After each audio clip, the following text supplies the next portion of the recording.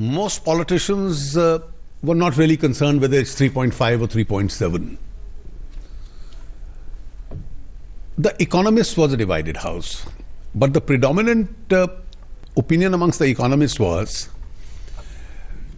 that you gave a pause last year.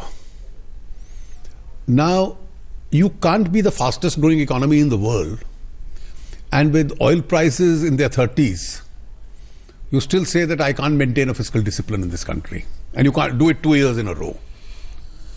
I think two things are extremely important. The first is not that you maintain fiscal deficit, it's the quality of fiscal deficit. The UPA also maintained a certain figure for several years, but they did it with huge cuts. There are only two ways you can maintain fiscal deficit. Either you earn more or you spend less. They maintained it by spending less. When you spend less, you compromise on growth. Year 2015 and 16 has helped me to establish the credibility of this government, that after years or after ages relatedly, the revised estimates are going to be higher than the budget estimates. So we have spent more, we have earned more, we have maintained this fiscal deficit of 3.9, therefore the quality of fiscal deficit is very high. It's not achieved by spending less, and that's why it's contributing to some growth. And this year, therefore, the pendulum swung in way of credibility. And having got the benefit of low oil prices and various factors, when we totaled up, with some difficulty we realized we could make it. And we haven't compromised on expenditure. I keep my fingers crossed by the end of the year we are able to reach that. But while I was discussing with people, some very eminent people whose wisdom I respect, came out with a suggestion that does India need a single point fiscal deficit, or could it be a range? Could we have said it's between 3.4 and 3.6?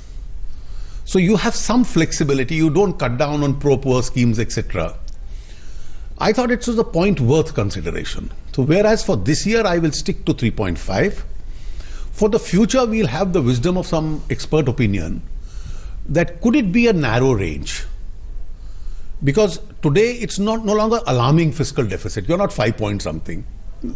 You are 3 point something, moving towards 3 and maybe lower. And therefore we can have the luxury of that range or not.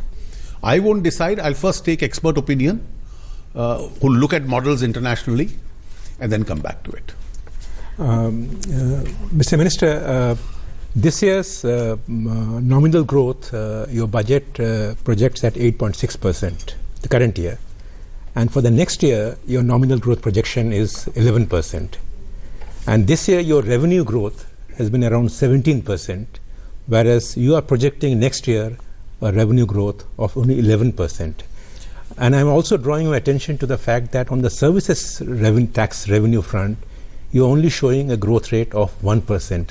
So can you just take us into this entire revenue growth numbers? Are these slightly on the lower side? You have been conservative and very modest?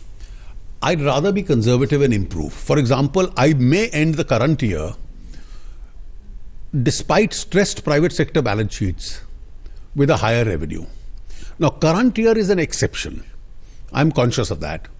Because if the prices fall to about $30, $32 of oil, then obviously I was able to pass part of the burden to the consumer, and part of the burden I took as cess, etc., which I was able to spend on infrastructure.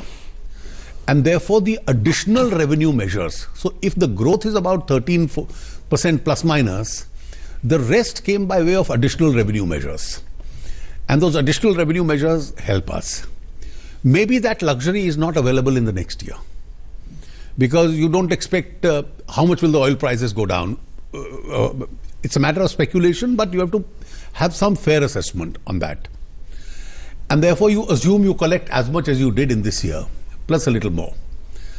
I think as far as the next year is concerned, one of the reasons which on nominal growth has been of concern is that for 15 months WPI has been in the negative. And therefore when you average it with CPI, That's the formulation the economists follow. Even though your growth may be 7.5%, your nominal growth with 7.5%, which used to be during UPA 12 and 14%, turns out to be 8.6 because the inflation index is very low. So it will all depend on what the inflation index is, and therefore you've taken a moderate 11% growth rate as far as revenue is concerned. If we are able to collect more, then of course we'll be able to reach the target very comfortably. Arunji, one of the central themes, seemingly from outside, seems to be that there's a budget for Bharat. Whether you look at your expenditure, you have given a huge thrust to rural distress, agri. Even the taxation side too, you have leaned heavily on the rich. So is it a right surmise to make? You see, first of all, let's come to the taxes. Collecting an additional 19,000 or so in a budget of 20 lakhs means it's a 1%.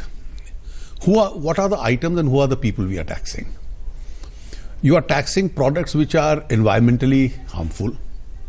The largest contribution comes from coal.